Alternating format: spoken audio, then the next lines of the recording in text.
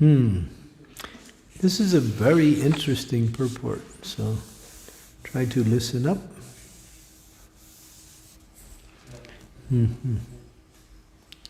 The Lord, as the Supersoul, is situated in every living being's heart. The question is mentioned. The Lord is situated in every living being's heart. Why then do the living entities' activities result in misfortune and misery? Okay, what's the answer? Okay, keep it for later. The next question put forward by Vidura to Maitreya is, why are the living entities subjected to so many miseries and misfortunes in spite of the Lord's presence in their hearts as the Supersoul? The body is considered a fruitful tree, and the living entity and the Lord as Supersoul are like two birds seated in that tree. The individual soul is eating the fruit of the tree. Can somebody turn on this light? But the Supersoul, the Lord, is witnessing the activities of the other birds. A citizen of the state may be in miseries for want of sufficient supervision by the state authority, but how can it be possible that a citizen suffers from other citizens while the chief of the state is personally present? Interesting. The question is being expanded. From another point of view, it is understood that the jiva, living entity, is qualitatively one with the Lord. And thus his knowledge in the pure state of life cannot be covered by nescience, especially in the presence of the Supreme Lord.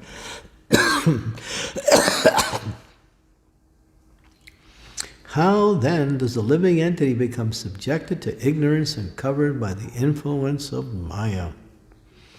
The Lord is the Father and Protector of every living entity. He is known as Bhutabrit, or the maintainer of the living entities. Why then should the living entity be subject to so many sufferings and misfortunes? It should not be so, but actually we see that it happens everywhere. This question is therefore put forward by Vidura for solution. The answer didn't come, did it? The question was expanded.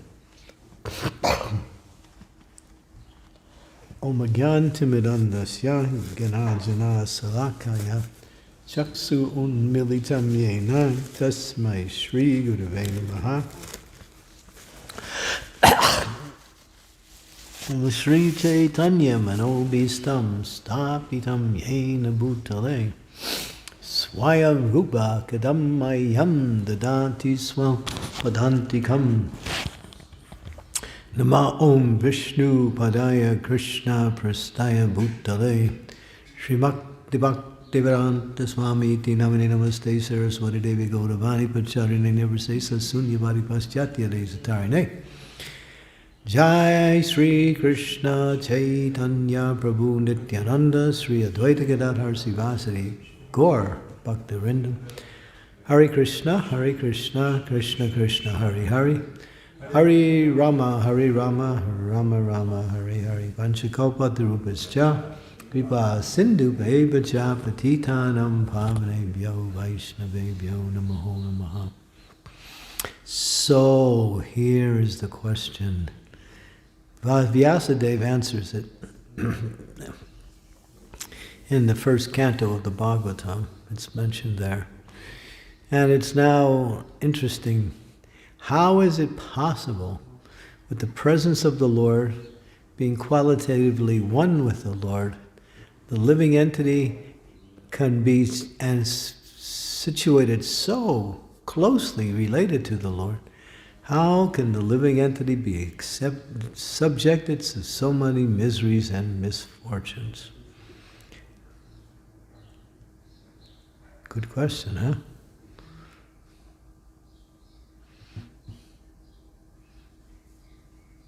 The answer is two things. It's not. There's no the living entity doesn't experience misfortune or misery. The soul is aloof from everything material. So what is that misfortune and misery? It's illusion. But appears to be real. Why?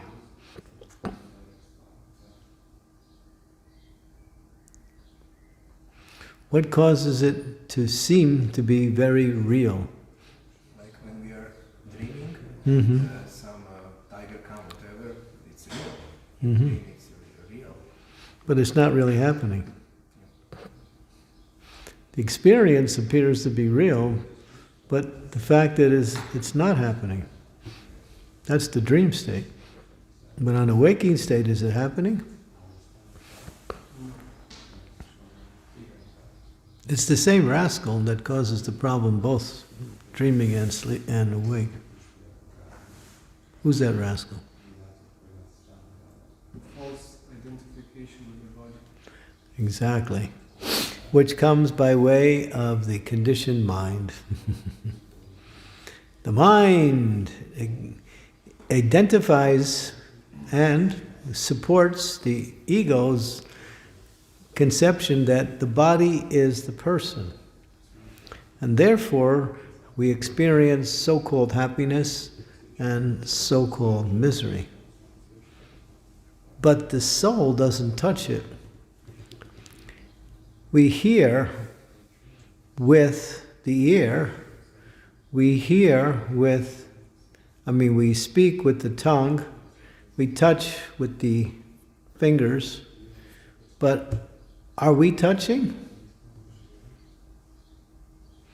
Are we hearing? Are we speaking? No, it's the body.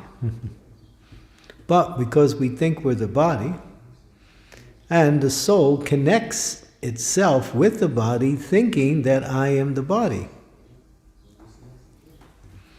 The soul is an illusion, thinking I am the body, although the soul doesn't experience anything that the body experiences, but it experiences the idea that I'm experiencing it.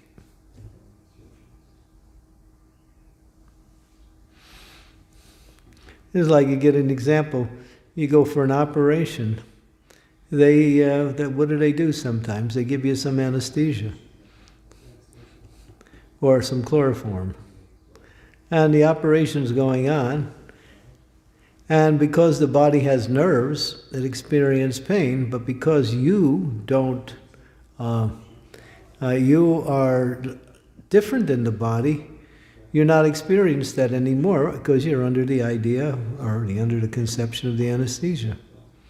The anesthesia is not the body experiencing the pain anymore?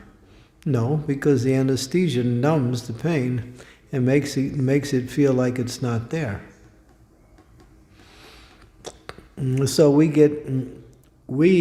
believe that we suffer and we enjoy. What is that verse from the Srimad Bhagavatam? Spoken by first canto, 7th chapter. Anybody have first canto, 7th chapter, verse number 6? 176.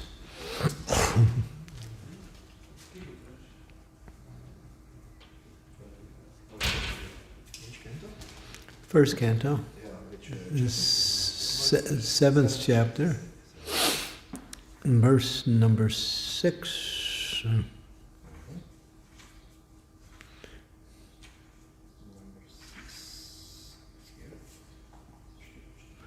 Let's see if that's it. The material miseries of the living entities, which are completely unnatural, can at once be mitigated by the connecting process of devotional service.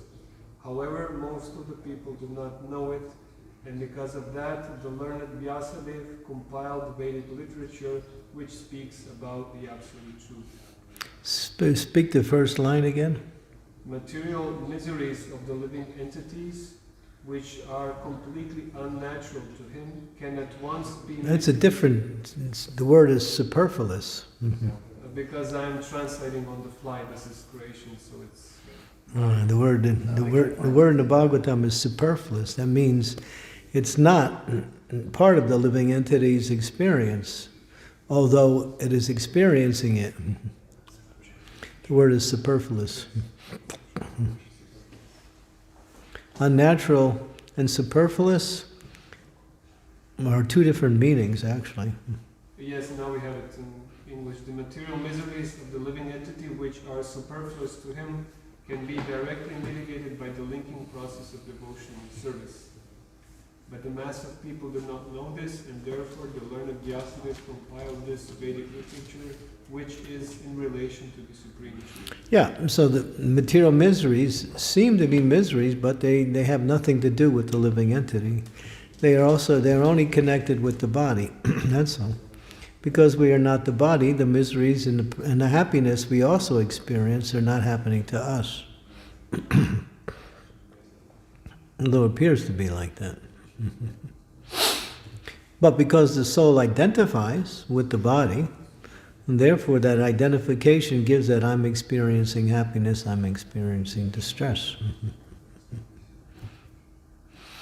But the happiness and distress is material, the body is material, and the soul is spiritual. The soul never touches the material energy, although it thinks it does. Just like, again, the dream is a perfect analogy. When you're in the dream, you may also be suffering and enjoying in the dream. And the mind will be experiencing either one of the two, and you're thinking, this is happening.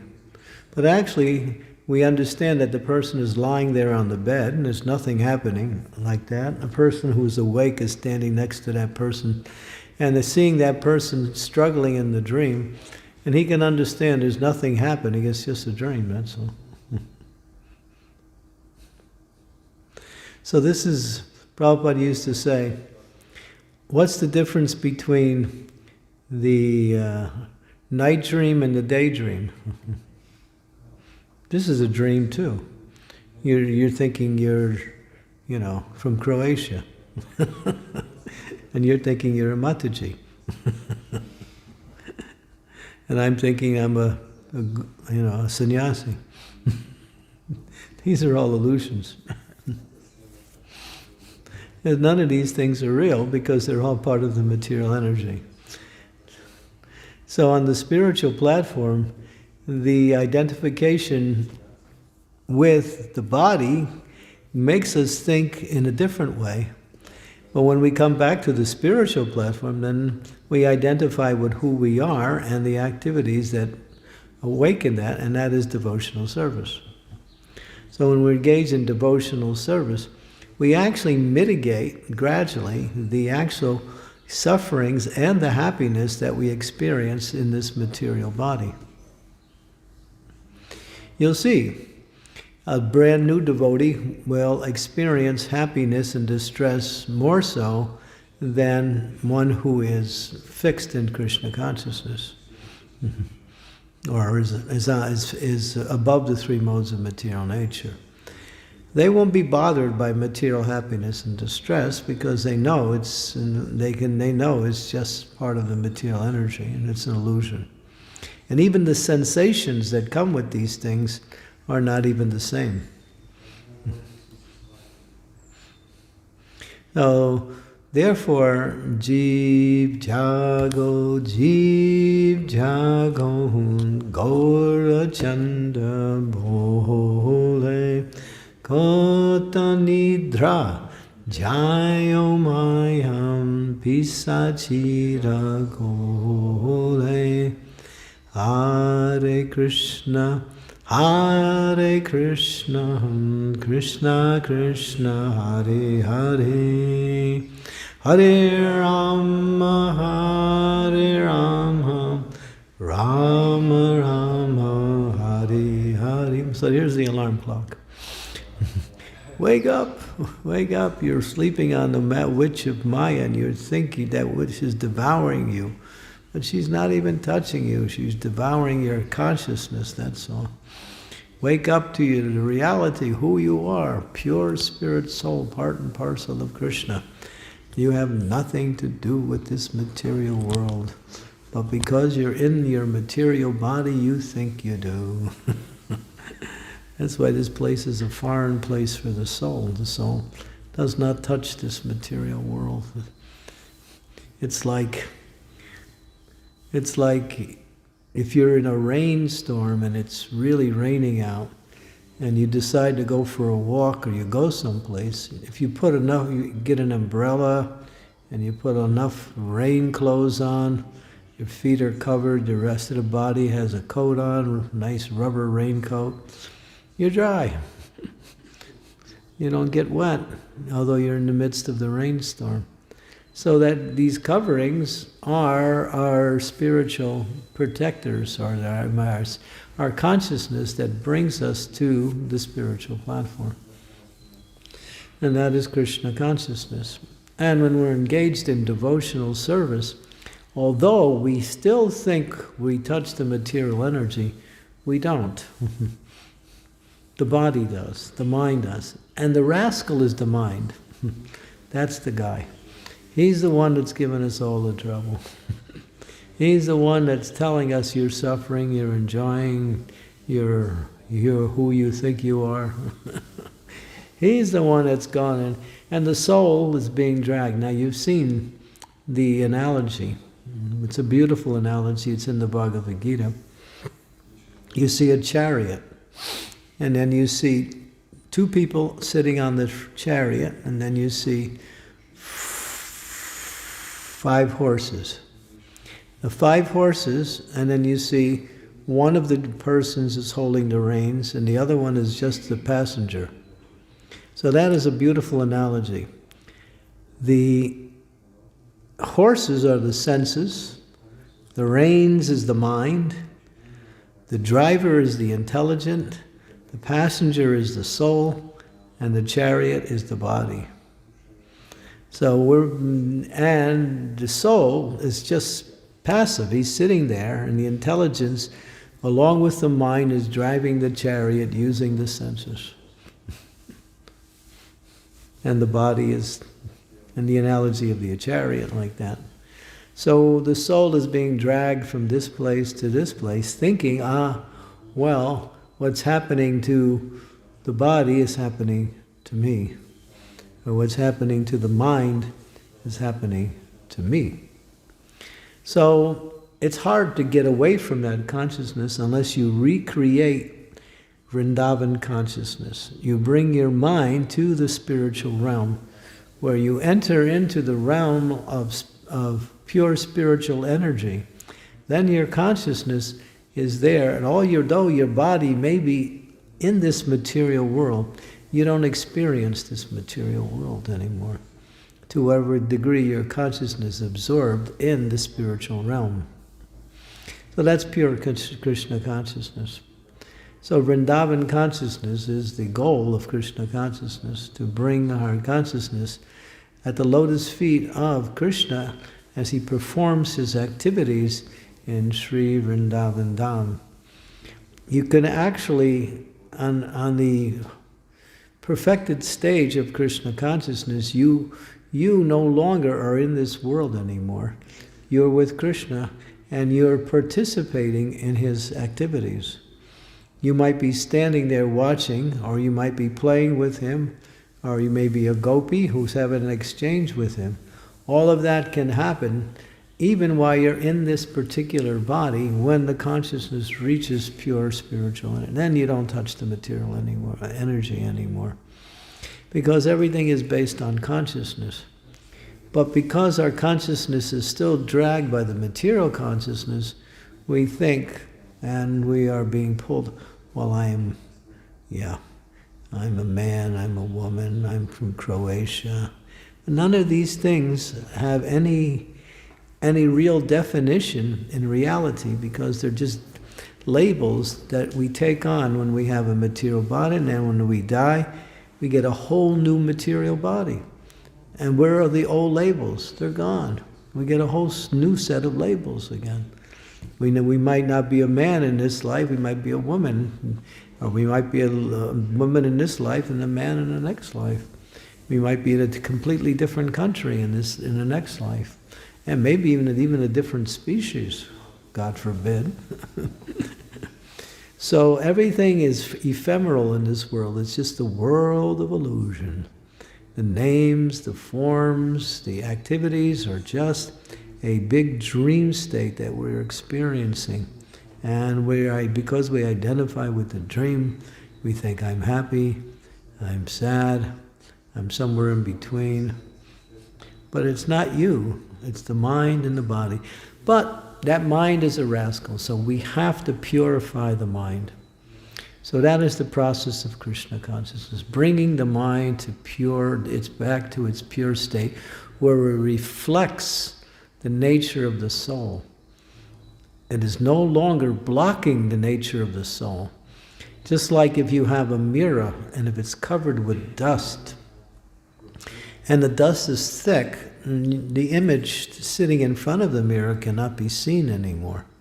But as you wipe away the dust, then the image in front of the mirror is reflected perfectly in the mirror.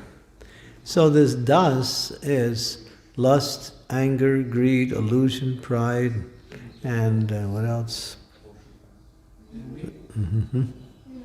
Envy, yeah. These are and also fear. We add one more too.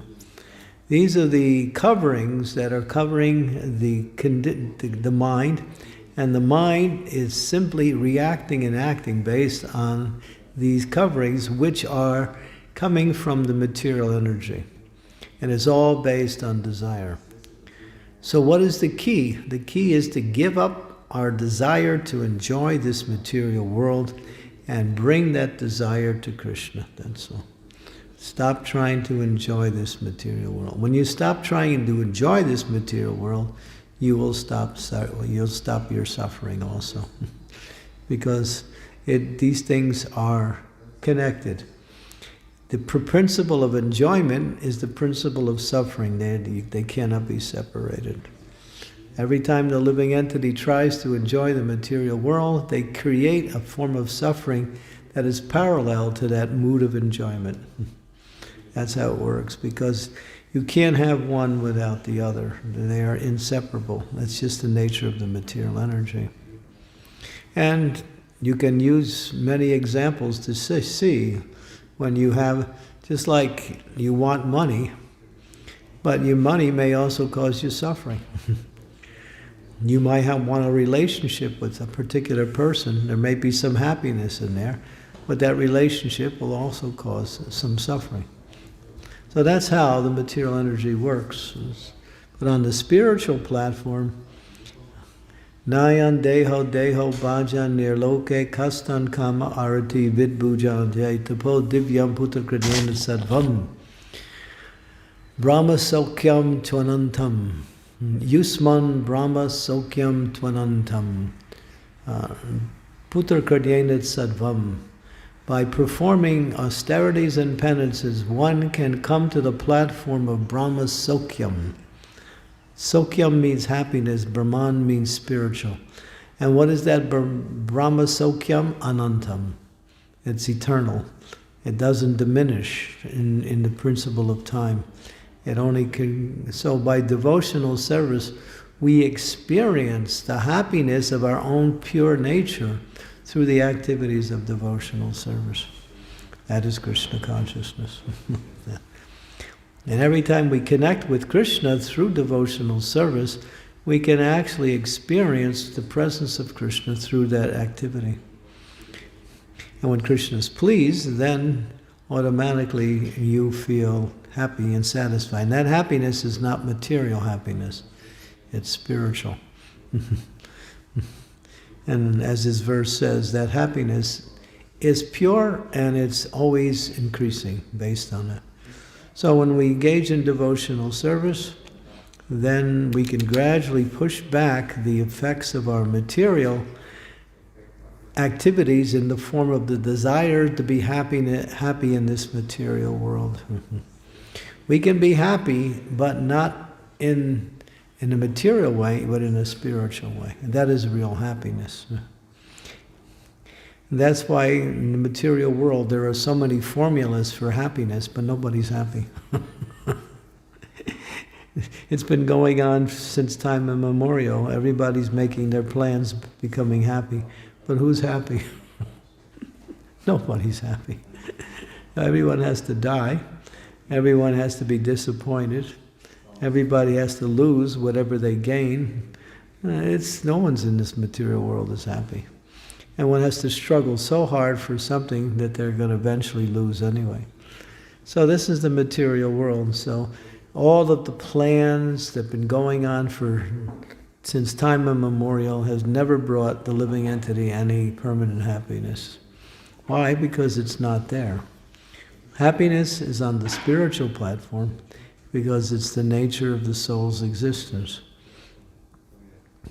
And so, therefore, when going back to the point of this verse, the living entity does not experience material happiness nor material misery.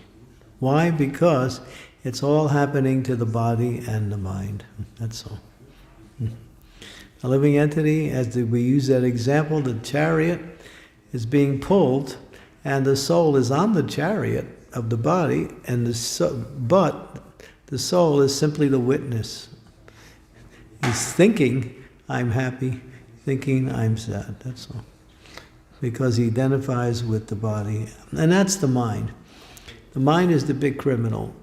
You have to get that mind back to Krishna. That's all. But the mind is what? Chanchala. Chanchalihi mana Krishna pramati balavadridha tasyaham nigaman maye vayuridam saduskaram. That mind can never be controlled, right? It's so hard to control the mind. When Krishna told Arjuna, you control your mind, Arjuna said, Krishna, you're asking me to control the wind. It's impossible to control the mind. It's stubborn, unsteady, turbulent. But Krishna said, Abhyasena tu kuntaya vairagena chigriyate. Yes, Arjuna, what you're saying is correct. It is very difficult to control the mind. But by constant practice and by detachment from everything material, one can control the mind. He doesn't say, well, here's the way to do it. He says practice. Constant practice. And then detachment. So the mind is a very strong conditioned element. A mind can make a hell out of heaven and a heaven out of hell. You know, we all are experiencing that sometimes. Sometimes we like something, and the next day we dislike the same thing we liked the day before. It's simply the mind. It's just the mind's creation. Oh, I like this. Oh, now I don't like it. The mind goes through the different, different aspects of good happiness and distress, different opposites. It's always moving from one place to the other. I like this person. No, I don't like him. And this is back and forth. This is the mind. And therefore, when Prahlad Maharaj was being instructed by his teachers about enemies and friends, he said, my only enemy is your own mind. That's what he said. That's the only enemy. There's no enemy outside of the mind. And the mind can also be the best friend, as Krishna says in the Bhagavad Gita. One who controls the mind is the best of friends. One who fails to do so, their very mind becomes their worst, not enemy, but worst enemy. So this is the guy we have to work on, that rascal mind. And he makes sure he's always being guided by what? Intelligence. But if the intelligence is like the mind, then you have two thieves working to steal all your treasure. What is that treasure? Your bhakti. So, but what is that? How do we? The intelligence is the guiding principle for the mind. But what guides the intelligence? Transcendental knowledge. When transcendental knowledge is applied to the intelligence, then the intelligence will guide the mind towards the spiritual energy or towards devotional service. So where does intelligence come from? Three places. From the spiritual master, from the Shastras, from Krishna. These three places we get transcendental knowledge from, and then we apply it, and the application is the feature of the intelligence, because intelligence is a discriminatory principle of the mind. It discriminates, and therefore applying the knowledge in the proper way, and which guides the mind towards the spiritual energy. That's the key. So learn how to take this spiritual knowledge as the foundation for everything you do and apply it in an intelligent way, guiding that mind towards Krishna. That's all. And that's the secret.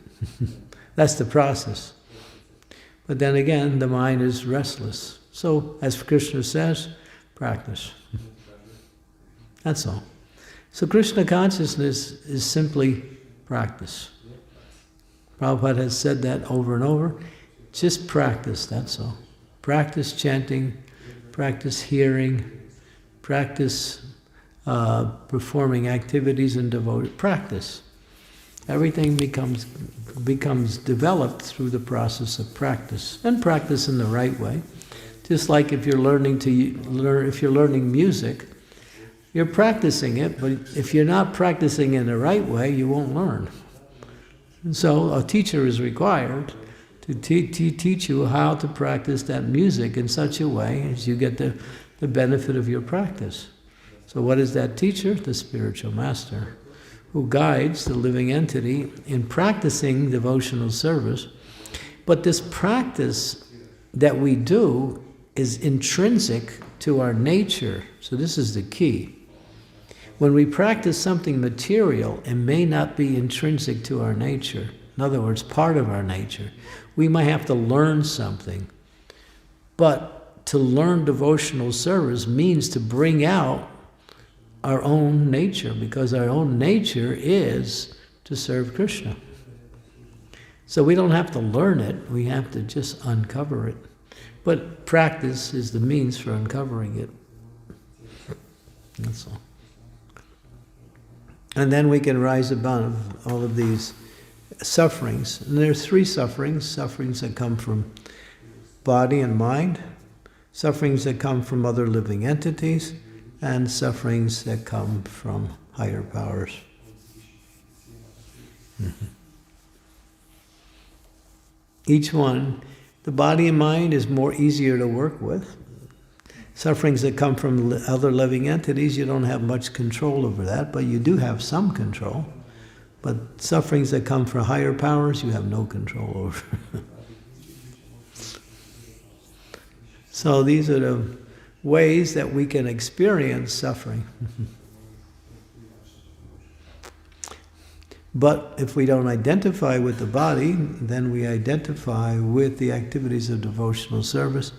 And gradually we reduce the effects of the so-called sufferings that we are experiencing. Adhyatmika, adhibhautika, adhidaivika.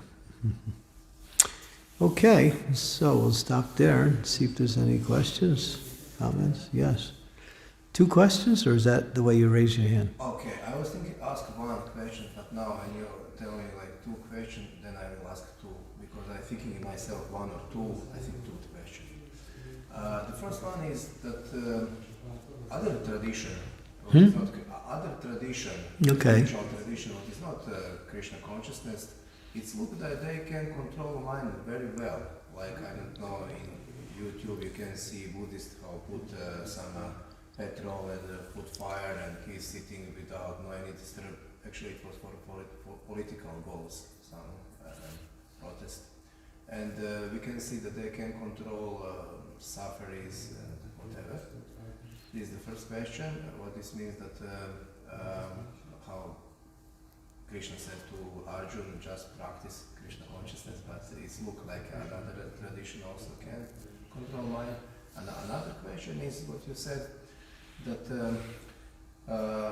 suffering what coming from mind, it's more easy of we not have control for suffering what coming from earthquake. We had in Zagreb earthquake, we cannot control that. But somehow I was discussing with my guru, I opened him I opened to him my mind and said that when this mental suffering coming, it's so heavy. For me, it's more heavier that I break my leg or I don't know, hand.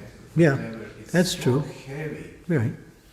Because we actually found statistics. People generally don't commit suicide from physical suffering, but they do from mental suffering. That's a fact. That's a statistic. Mental suffering is greater than physical suffering. That's true. The first one about Buddhist and another tradition, what they can control mind. You're using a comparative analogy, right? That they seem to be better at controlling the mind than we are. Using a general comparative. That may or may not be true. It may seem like that. But they don't do many activities. They just do prayers, meditations mostly. If you were to do the same, you may also. But the key is that our prayers and meditations are meant to fix the mind, and even when we're working, we're not working.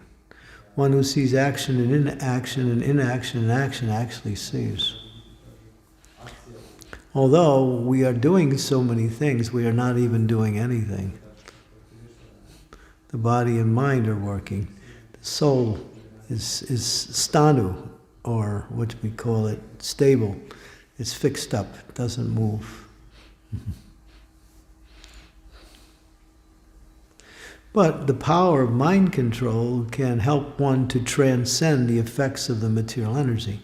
So by the power of their mind control, they are able to accept great forms of austerity. We could also do that too, but we don't put that much emphasis on that. We put emphasis on preaching, we put emphasis on building temples, we put emphasis on doing things.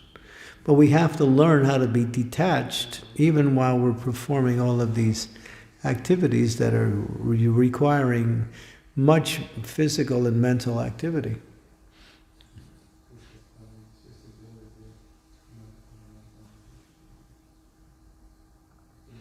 So it's there in our tradition too, and there's devotees who are doing it.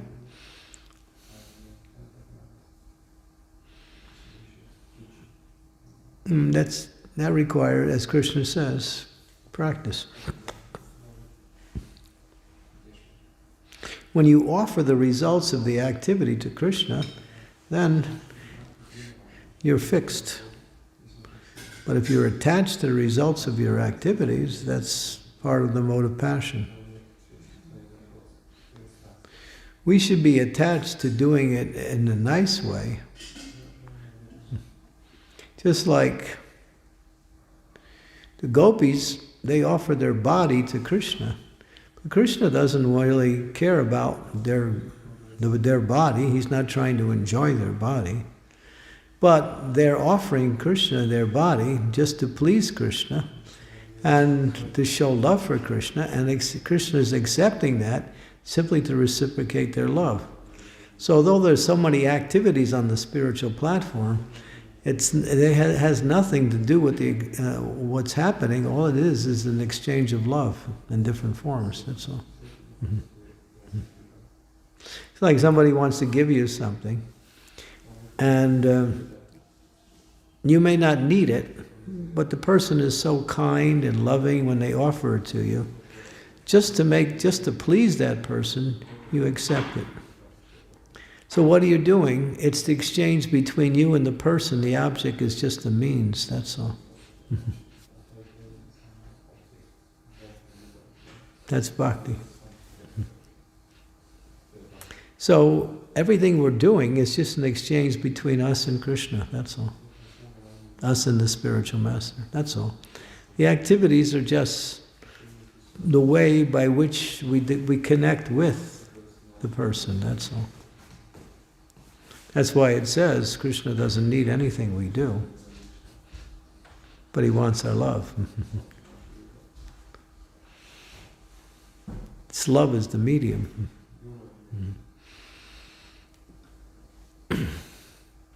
So therefore, when we know that, then we try to do everything in the nicest way and offer it to Krishna, that's all. That's Krishna consciousness. If we get €1,000,000, we use it for Krishna. If we get €10, we'll use it for Krishna. We do the same thing.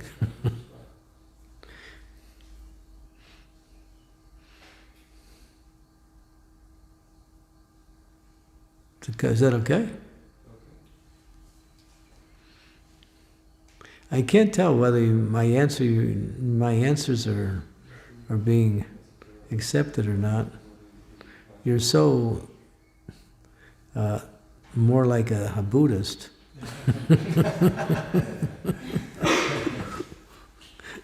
Fighting the English because my English is not good, and that's why it's very concentrated on every word that I. Oh, okay. That's why. But at one point, either a light goes off or it doesn't go off. So, are we ringing any bells or any lights going off, or is it still we're still trying to find a switch? But also we don't have proof that actually this practice is causing that detachment or regulation of mind, right? So maybe they're just karmically, like their conditioning is such that they're more able to control mind than others. Yeah, that's true. So as I said, it's not that this is the goal. It's not that if they're doing it for political reasons, as you mentioned, and I remember that was big for many years, then it's material. That's all. And therefore, they're not detached. You can't be detached. You can be detached to some degree in a material sense, but not completely. Otherwise, there'd be no motivation for activity.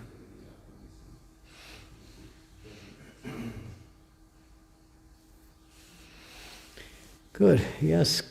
Was it Christina? Is that it? Should we be happy when we practice Krishna consciousness? Should we be? Happy.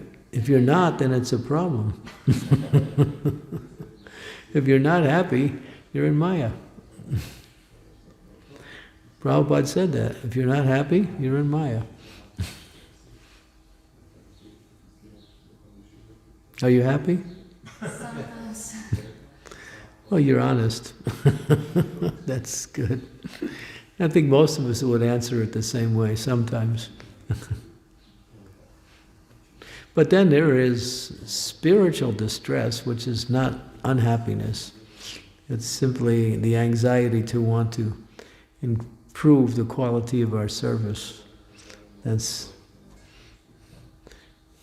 I want to do more and better service, but I'm not doing it, so therefore I'm not satisfied. That's spiritual. But if you're thinking,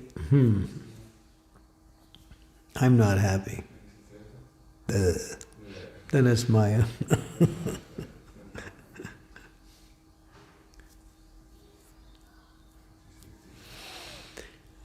Okay. So what do we say? Chant and be. So you might think, well, that sounds too simplistic. Right? So there's a purport for that. And what's the purport? Chant and be happy means if you're looking for happiness somewhere else, you will not find the happiness in the chanting. That's the purport. So if you look for your happiness there, forget about everywhere else, and then you'll find it.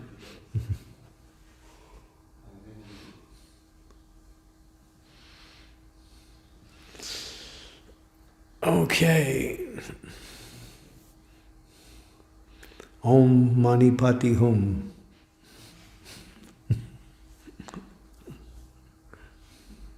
That didn't get any reaction from anybody. Om Mani Pati Hum. You know with that's Buddha's, right? Nam Yo Ho Grenge Kyo. Japanese Buddhist. So what is ours? Ours Hare Krishna, Krishna Krishna, Hare Hare, Hare Rama, Rama Rama, Hare Hare. Called Maha Mantra. That mantra which is the topmost of all mantras. Pure. Okay. Thank you very much. Srimad Bhagavatam ki jai. Srila Prabhupada ki jai.